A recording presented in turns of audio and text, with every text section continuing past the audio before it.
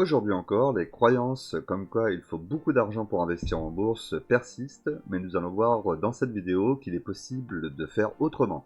Bonjour, je m'appelle François, de Stratégie Bourse, et nous allons voir dans cette vidéo comment investir en bourse pour les débutants. Dans un premier temps, il va falloir avoir une épargne de sécurité. Donc cette épargne de sécurité devra être constituée de 3 à 6 mois de revenus que vous aurez sur un compte bloqué type livret A, afin de pouvoir pallier à tout problème qui pourrait vous arriver, perte d'emploi, réparation d'un véhicule ou autre. Ensuite, investir au moins entre 10 et 20% de vos revenus, c'est l'idéal. Donc 10 à 20% de vos revenus que vous prendrez en début de mois, le premier, dès que vous recevez votre salaire, et vous mettrez cet argent tout de suite sur votre compte afin de pouvoir prendre une habitude. Et cette habitude vous permettra de toujours faire passer en priorité vos investissements, ce qui est très important. Et ensuite, il faudra garder à l'esprit que cet investissement est un investissement sur long terme, et donc il ne faudra investir de l'argent que vous n'avez pas besoin et que vous n'aurez pas besoin dans les prochaines années. Je vous rappelle que pour bien investir et pour se donner toutes les chances de réussite, il faudra investir pendant 10 à 20 ans. D'ailleurs, une étude montre que lorsque quelqu'un investit pendant 20 ans, il est sûr et certain pour lui de gagner. Une fois ces étapes résolues, il va falloir vous poser une question. Cette question est simple. Pourquoi voulez-vous investir en bourse? Quel est votre but? Pour quelles raisons faites-vous ça? Est-ce que c'est pour vous constituer un complément de retraite? Est-ce que c'est pour vous constituer une retraite? Peut-être se constituer un revenu complémentaire à votre salaire actuel? Pourquoi pas? Ça peut être aussi une solution. Ou pour ceux qui commenceront le plus tôt possible, puisque plus vous commencerez tôt, plus vous vous donnerez des chances d'y arriver, peut-être arrêter de travailler et juste vivre des revenus de la bourse, ce qui est aussi possible. Alors évidemment, ça demandera plus de moyens, mais c'est quelque chose qui est tout à fait faisable. Maintenant, nous allons voir les différentes possibilités que s'offrent à vous pour investir. Donc vous allez avoir le PEA, donc le plan d'épargne en action, qui est l'une des enveloppes fiscales avantageuses en France. Alors elle n'existe que en France, puisque c'est l'État qui gère. C'est une enveloppe fiscale qui vous permet d'avoir une imposition moindre dessus, mais pour ça, il va y avoir des contreparties, et la principale contrepartie, c'est qu'il ne va pas falloir retirer d'argent de ce portefeuille pendant 5 ans.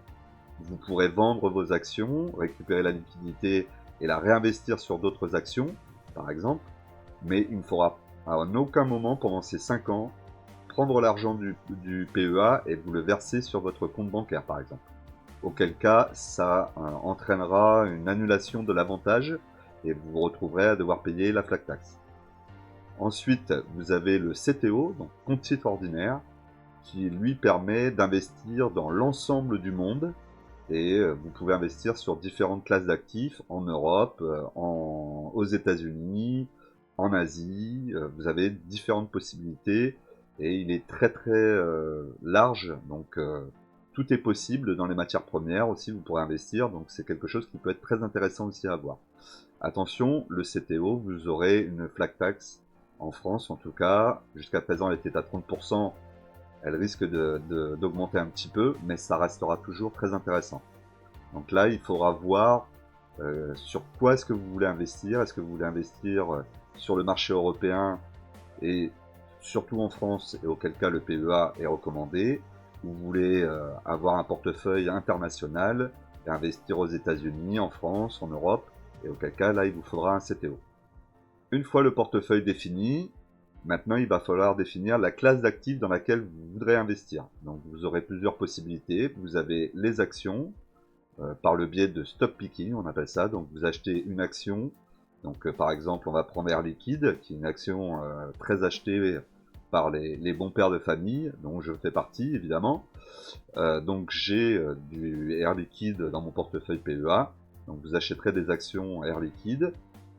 Vous avez la possibilité aussi d'acheter des ETF. Donc des ETF, ce sont des instruments qui répliquent l'indice que vous souhaitez. Donc pour l'exemple, on va prendre le CAC 40. Le CAC 40 est constitué des 40 plus grosses entreprises françaises. Et vous aurez la possibilité donc d'acheter le bouquet des 40 actions les plus grosses de France avec le CAC 40, l'indice CAC 40 en ETF. Et vous aurez donc, juste avec un ETF, les 40 actions qui seront dedans. Donc ça peut être aussi de la facilité au départ, et pour ceux qui ne veulent pas vraiment regarder leur portefeuille très régulièrement, même si sur les actions vous n'êtes pas non plus obligé de toujours être dessus, bien au contraire, moins vous passerez de temps dessus, plus il sera performant, et ça je vous l'expliquerai dans les prochaines vidéos. Mais en tout cas avec l'ETF, vous achetez l'ensemble du CAC 40, vous ne posez pas de questions, et vous laissez, vous mettez, vous rachetez tous les mois un petit peu de CAC 40, pour arriver à une somme très importante à la fin. Vous aurez aussi la possibilité d'investir dans des obligations. Alors au niveau des obligations, on va plus être sur un achat d'une obligation qui a une date d'échéance. Donc mettons 5 ans. Au bout de 5 ans, vous récupérerez ce que vous aurez mis sur l'obligation, en principe. Attention, hein, comme toujours, la perte en capital est possible aussi bien sur les actions que sur les ETF, que sur les obligations. Mais les obligations donc auront une date d'échéance, prenons celle de 5 ans, et pendant ces 5 ans, vous aurez un rendement garanti de l'obligation. Lorsque vous ferez votre achat, vous saurez que cette obligation va vous donner un rendement de 2% ou 3% par exemple. Voilà. Donc ça, c'est les 3 principaux actifs possibles sur les 2 portefeuilles qu'on vient de voir, donc le PEA et le CTO. Après, évidemment, vous pourrez aussi investir dans des matières premières. Il y a plein d'autres actifs possibles, mais restons déjà sur des actifs les plus simples et les plus communs. Donc, si vous voulez aller plus loin dans la découverte de la bourse, je vous invite à télécharger mon guide qui est en description. C'est gratuit, donc n'hésitez pas à le télécharger, ça va vous aider à commencer à investir en bourse. Et sinon, n'hésitez pas à me laisser des commentaires et à venir regarder les vidéos, puisque je vais poster régulièrement des vidéos pour les débutants pour vous aider à avancer dans l'univers de la bourse. C'était François de Stratégie Bourse. On n'oublie pas qu'en investissement, les impatients payent pour les patients. Et nous, on se retrouve très vite dans une nouvelle vidéo.